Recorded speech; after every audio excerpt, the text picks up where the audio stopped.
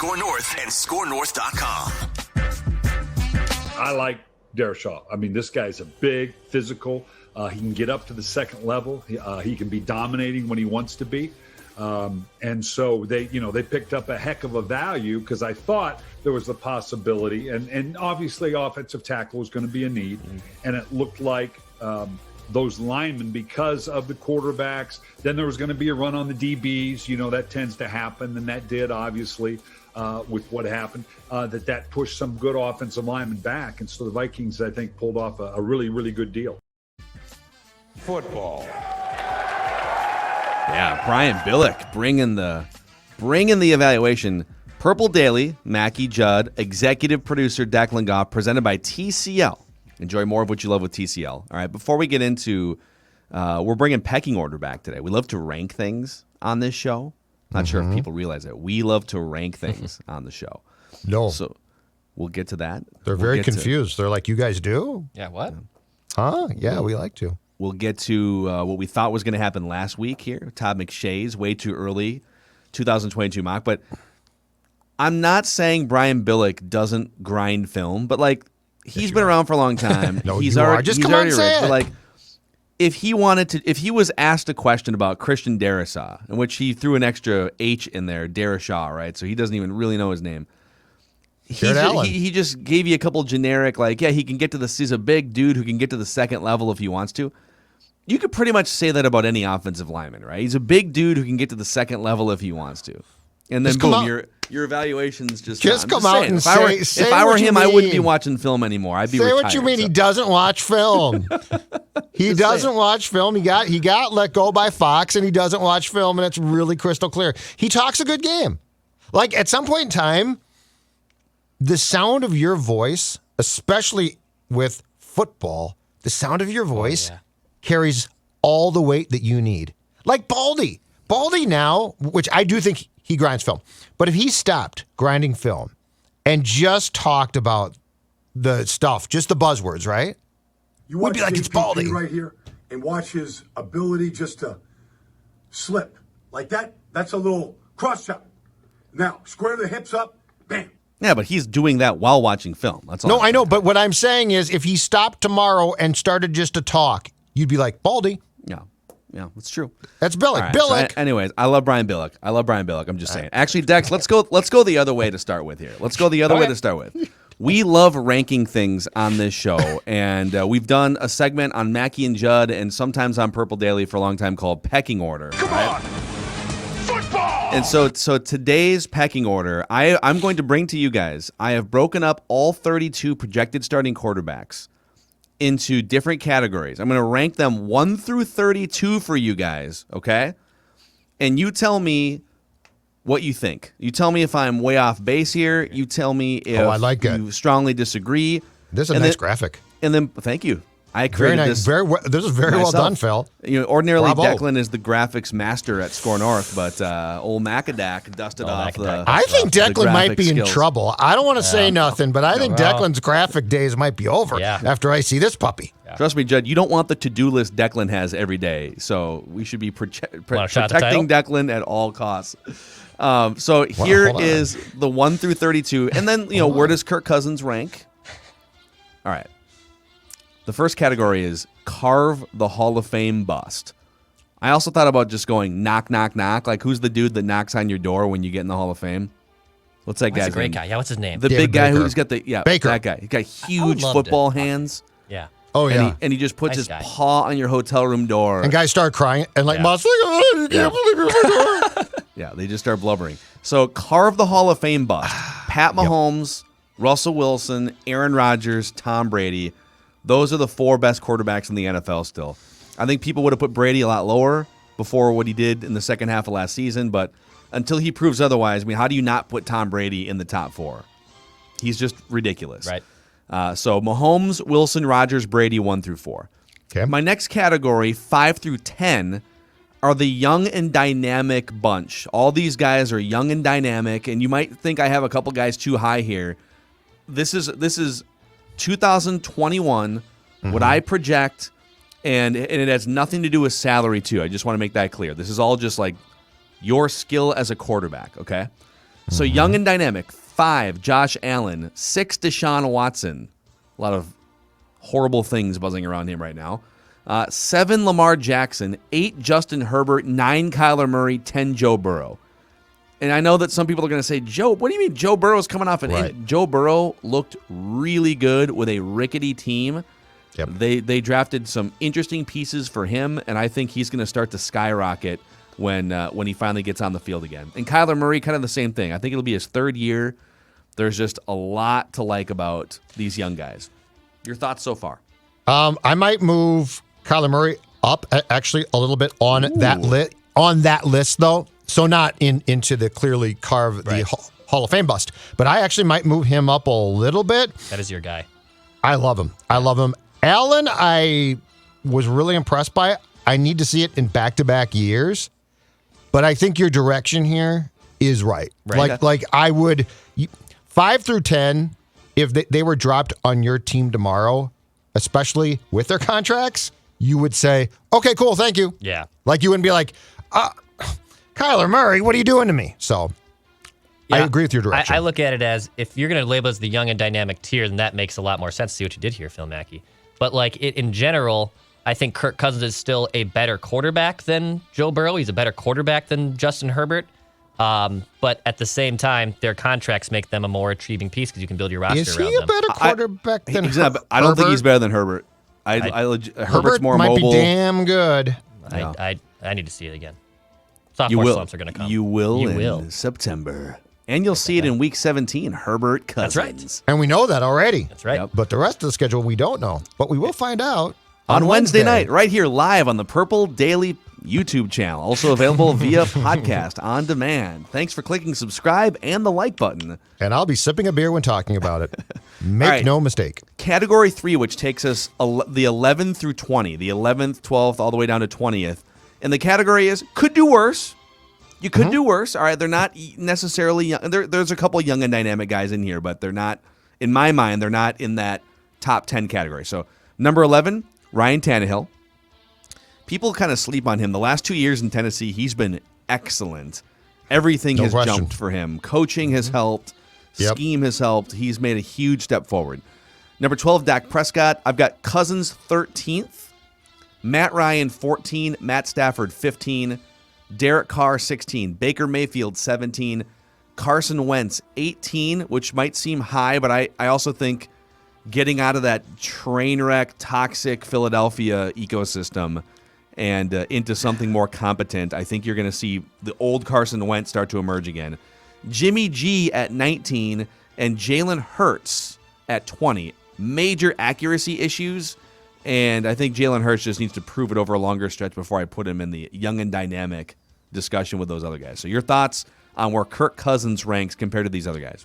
I personally think that you have Kirk at a very, very fair place. I think this is, now that there are going to be times that he is going to belong higher on this list, and there are going to be times, as we've seen at the start of the last 2 seasons, where he probably should fall. But I think that as far as the average landing spot for Kirk, this is perfect. 12 or 13. Like he can move there. I've always said, I don't think that he is ever consistently a top 10 guy, but he's right outside there, which is why I've always said he's not bad. Like you'll take him. He's not a consistent great quarterback, and he's not a consistent train wreck. There is a feeling about Kirk to me that he belongs in the 11 to 13 range. So I think below 13, Phil, I debate it, but I think 11, 12, 13 is absolutely perfect. And if I was to go and take your list and move some guys up and some guys down in category 2, I think Kirk still lands probably about 12. What about you, Dex? Too high, too low, about right for Kirk? I think it's about just right. I would say everyone below him, Kirk Cousins is a better quarterback than. And I would take Kirk over the majority of those guys. Jalen Hurts and Baker are still under rookie contracts, so I can see the lure to have them. And also, Jalen Hurts is also my guy. I'm biased towards him. But Ryan, Stafford, Carr, Wentz, Jimmy G, like Kirk Cousins is, in my opinion, Maybe Matt Ryan's probably closer, but he's leaps and bounds better than all these guys in the could do worse category. I agree on your assessment on Tannehill. I think he's just found the right infrastructure around him, and he's been a baller in Tennessee for a while here. And Dak, if he comes back, will probably has the biggest odds to jump up from everyone on this list. But I think Kirk is exactly where he should be, and that's number 13. Yeah, that's right. The two that intrigue me the most as far as jumping above a guy like Kirk in 2021 are Carson Wentz. Because Carson Wentz, when Carson Wentz is playing well, is good. Mm-hmm. The whole thing went off the tracks. But if Carson Wentz gets the proper protection and is in the proper scheme, he has a chance to jump back up. And my second one, which I'm really curious about, in a different system with a different team and out of what is a 1,000% toxic environment, Matt Stafford, right? Yeah. Like Matt Stafford is good. And I mean, that guy was stuck with a team that has been a dumpster fire for pretty much his entire time there. He's going to a team with a good coach now, different environment. I think Stafford and Wentz, if I had to look at this list and say who could jump a guy like Kirk, those two are at the top. Yeah, I think, and then the ones I think people are going to push back on the most in terms of guys who are ahead of Kirk, and you make a case that Kirk should jump them. I think Dak, people would fight on Dak, especially from a durability standpoint, right? Kirk doesn't miss games, and that's a valid argument. Ryan Tannehill, I think it's just people that haven't paid close enough attention. Like, that dude has been really good the last couple years. But mostly, I would say the Burrow, Herbert, Kyler Murray group, where these are young guys on the rise. You know, they've got a higher upside. They're more mobile. You know, they're highly touted coming out of college. I think Herbert is for sure there now. I mean, just watching him play, his mobility, his arm, everything, even just the numbers that dude put up as a rookie on a bad team, 67% completions, 4,300 yards, 30. I mean, he put up Kirk Cousins numbers with more mobility, with a weaker roster around him, right? And then Murray and Burrow, I think, are just taking steps forward this year. So you'd have to fight pretty hard. Anyone above Herbert, like if you want to make the case that Kirk is a borderline top 5 quarterback, who are you taking out? Mahomes, Wilson, Rodgers, Brady, Josh Allen, Lamar Jackson, who won the MVP a couple years ago, took a step back in 2020. I'm not ready to put Kirk above any of those guys for sure.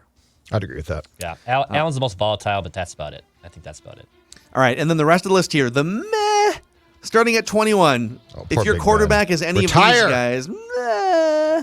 Retire, dude. Big Ben, Ryan Fitzpatrick, Jared Goff, 23rd, Sam Darnold, 24th, Jameis Winston, 25th, Daniel Jones, 26th, Cam Newton, 27th, Tua looked very mediocre last year at 28, and then Teddy, who's still a starter right now, at 29. Sorry, Dex. And then the last three here. We'll see in 2021 about number 30, Trevor Lawrence, number 31, Justin Fields, and number 32, Zach Wilson. All right, here's the question. At what point in time do you guys think the possibility exists in the next couple of years for Lawrence to jump from 30 into that top 5?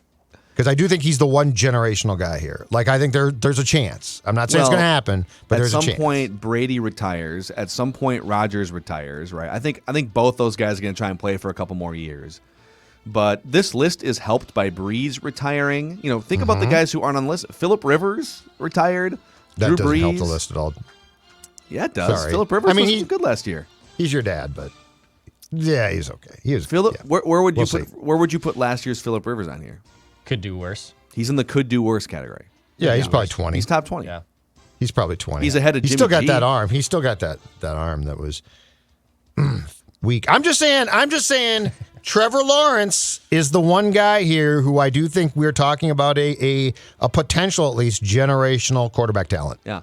And then one more thought on Cousins here. Like, this is just a totally objective exercise. Like, I'm not trying to cast shade by putting Joe Burrow. Joe Burrow was the number 1 bleeping pick, and he's one of the best young quarterbacks in the entire league.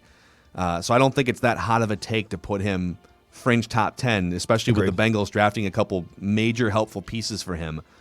I think this just shows you could probably fight to get Kirk in the top 10. some people might even put him more like 15th. So let's say he's between 10 and 15 somewhere. Well, his cap hits 3rd this year and 2nd next year. And so it just makes it, when you lay this list out and you see that Lamar Jackson's on a rookie scale contract, Josh Allen's on a rookie scale contract, Pat Mahomes' cap hit is $7 million this year. There are Kyler Murray, rookie scale contract, right? Herbert, etc., Burrow. There are quarterbacks that are as good or better that make $30 million less money to the salary cap, and it just gives those teams a huge advantage for putting together the best possible roster. For Kirk to be a top 10 guy, it's very simple. Do not give me his stats, okay? Like, don't come at me with, here's the statistics for 2020. The formula for Kirk to break this top 10, which he could do if he does this, will be now 17 games like he started to play in, week 7 last year? So, like, because the last 2 years, he has gotten off to poor starts. You can't be a top 10 QB and sabotage your team's opportunity, right, to make the playoffs within 6 starts. And there is nothing that you can tell me about that Falcons game that was not Kirk's fault. Like, you can't, the rest of the team, yes, the rest of the team was bad. But you know who was really bad? Their quarterback, okay? So if you want Kirk to be in the top 10, okay, I get that you might have a couple of poor games, but you can't have an opening season stretch of poor games. No. That's my takeaway. Sure. And by the way, if you have quarterbacks anywhere in that meh section, you're going to need some insurance for those guys if you don't already. Federated Mutual Insurance Company provides insurance for your business. I don't know if they can help your football team, but they can definitely help your business. You can find a full list of industries Federated protects at federatedinsurance.com. Find out what MyShield, the online client destination for risk management resources, can do for your business. And just sleep well at night. As an entrepreneur, as a business owner, just make sure that you've got all your bases covered. Federatedinsurance.com. Remember, at Federated, it's our business to protect yours. All right, boys. Football. There it is. That's the pecking order. That's good. For this Monday. I think the way we'll do this is, let's do this every Monday during the off season here. We love to rank things. One of us will bring a ranking to the table, something to do with the Vikings or the NFL, and then we can poke holes in whoever does their pecking order. Hey, which guy on that list, besides the draft picks, do you guys think has the best chance to jump up substantially? Because the guy that intrigues me, Darnold. Yeah. Like, again, another dumpster fire guy, though. He was with, the Jets were a joke. And his opportunities were here and there. And look, he gets responsibility for some of what went wrong there. I completely get that. But I'm also not going to be shocked if he gets with a stable team, if he's good. I would agree on Darnold. Declan gave a meh. I'll throw Jameis Winston in. I've got Jameis Winston 25 now, but he's with Sean Payton. He's got a huge arm still. If he comes in and he's never going to be, single digit interception guy, I don't think. I think he's always going to be, but not 28. Throwing some picks, but how about not 30? Yeah, that might help. Let's keep it around 15 or less and give those guys the upside of the touchdowns. And then I think Jalen Hurts, if Jalen Hurts can rein in some of the accuracy issues, and Carson Wentz, we already brought him up as a reclamation project. I want to say Tua, but he just looked so underwhelming. He didn't look dynamic. He looked nervous. He just looked young too. Overwhelmed. Yeah, I know. You could say that Josh Allen looked overwhelmed as a rookie. Yeah, he looked. Yeah, exactly. Yeah, but those are probably the guys. I don't know that I see Kirk making a huge jump. Like, I think it's sort of milk and maintain mode, right? Yes. Kirk. On a good day, he can be 8th on this list. On a bad day, he can be 18th, and he settles right in around 12th or 13th, somewhere. Kirk should not be expected to not be Kirk by this point. And no, I'm not trying to be a jerk about this. I just think that we are to a point now where if you expect him to completely change, all I'm saying the simplest thing possible. Don't get off to a crappy start. Like, you don't have to start great, but you can't be as bad. His early season struggles drive you crazy, don't they? Because then he'll turn it around. Like, just be consistent, dude. Yeah, well, I think he is consistent once a certain level of pressure comes off, and then he can perform at the highest of Kirk levels. Yeah. And so can they keep the pressure on by winning and then him perform well? All right, so that's a wrap on pecking order here. Boys, got another goodie for you. We kind of thought that maybe Todd McShay had negotiated this out of his deal with ESPN when we didn't see it early last week. I want a mock! But he snuck it in late last week, his way too early 2022 mock draft, and this will put a wrap on our mock season when Todd McShay comes in and hedges greatly. Let's give you the preamble here, all right? Because he makes it very clear, as you can read here on the YouTube channel. I've barely even unpacked after a few fun days in Cleveland at the 2021 draft. But yes, it's already time for the first look at the potential prospects and first-round picks of the 2022 draft. To be clear, this is an extremely early prediction. I haven't even spent much time with the tape for next year's class yet. I'll get into that later this month, and much of the following is based on what I've seen while watching prospects in person over the last couple of seasons. He's hedging here. Oh, as he loves to do with this. So let's Come see. on, own it. Own it, Todd. Where does he have the Vikings record-wise, right? And then, so there's also the matter of draft order, which I did not decide here. We predicted the following 1 through 32 order by combining early 2022 power rankings from NFL analysts. So he's trying to absolve himself from any tie to where the Vikings are in this mock draft. Okay, I had nothing to do with this. So he's got a defensive end from Oregon. Is it Kayvon Thibodeau? Number 1 of the Texans. Mm-hmm. 6'5", 250-pound edge rusher. Mm-hmm. Okay. He's got, is it Kedon Slovis, quarterback from USC? Yep, keep going. Okay. Yeah. I have not seen this yet. This is my first time. Stingley to the Jags. Okay, a bunch of guys you've never heard of here. Let's just keep going. I'm looking for quarterbacks. It's not a great quarterback class. Okay, Sam Howell, quarterback, North Carolina, to the Eagles at 7. Whoa. That means something went real wrong with Jalen Hurts. Let's see, Giants taking an edge rusher. Giants again. A Back-to-back lot of offensive there. line depth in this draft. Raiders taking a cornerback that we'll hear of later. Okay, Broncos taking Spencer Rattler, quarterback, Oklahoma. That's a name. Which means they don't have Aaron Rodgers. That is a name. That's a name. That's a football name. Football. Spencer Rattler. Feels like a name from the movie Draft Day, right? It does. Yes. It's a scripted name. Okay. Falcons at 12, a wide receiver. There's the Vikings. Okay. With the 13th overall pick. Not a great season Taking here. defensive end from Purdue, George Karlaftis. He dominated in 2019 with 17 tackles for loss, 7.5 sacks, 54 tackles, and an interception and a forced fumble. But the 6'4", 275-pound edge rusher was limited to 3 games after testing positive for COVID last year. Mm-hmm. Patrick Jones II, the Vikings' 4th third-round choice on Friday night, provides depth on the edge, but isn't likely to be a high-impact starter opposite Danielle Hunter. Karlaftis can be just that. After being among the top 5 teams in sacks for 2 years, Minnesota ranked in the bottom 5 in 2020. So they would go edge rusher. I want a mock! And Karlaftis. Just out of curiosity here, I just want to see. Other quarterbacks. Malik Willis from Liberty going to Washington at 15. Desmond Ridder, quarterback, Cincinnati, going to Pittsburgh at 16. Finally get a quarterback to replace Ben. Looking for Gophers here, too.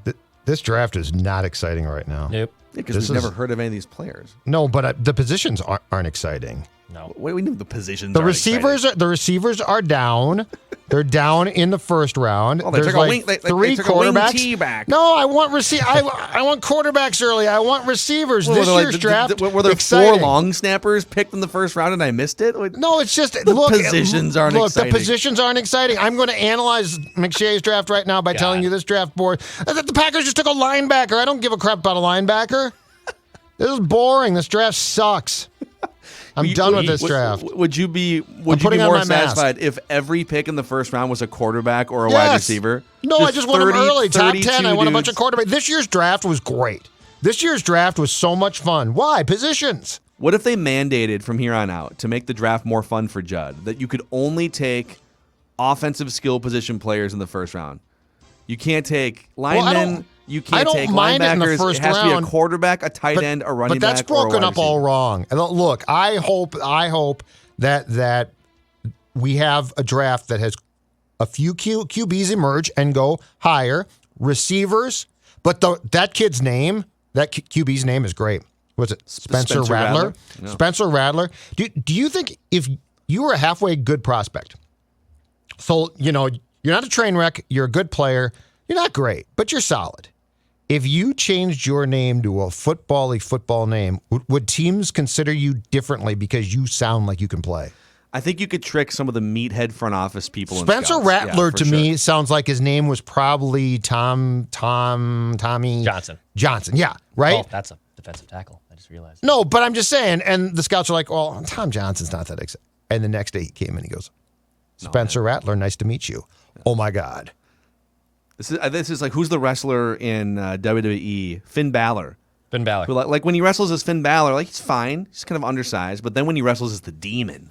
Yeah, that's what I'm saying. He paints his whole body, right? Yes. I love me and he changes his intro. Yep. Like so Spencer Rattler is like the demon version of Finn Balor. It's a great football name. Judd reviews Finn Balor's entrance, and then Judd reviews the demon Finn Balor's entrance because it's completely every time we bring up wrestling now, I can't do everything. God, I saw it busy. live. It was so great. I'm busy these days. I'm breaking things Finn down. Balor. Got wild playoffs to worry about.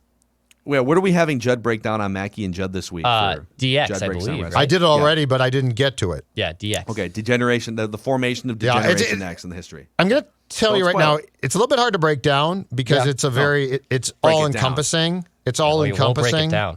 But I got some notes on it. Yeah. But anyway. Ready? Anyway. We'll look to the click. Spencer Rattler, I love your name. First overall pick. We're ready.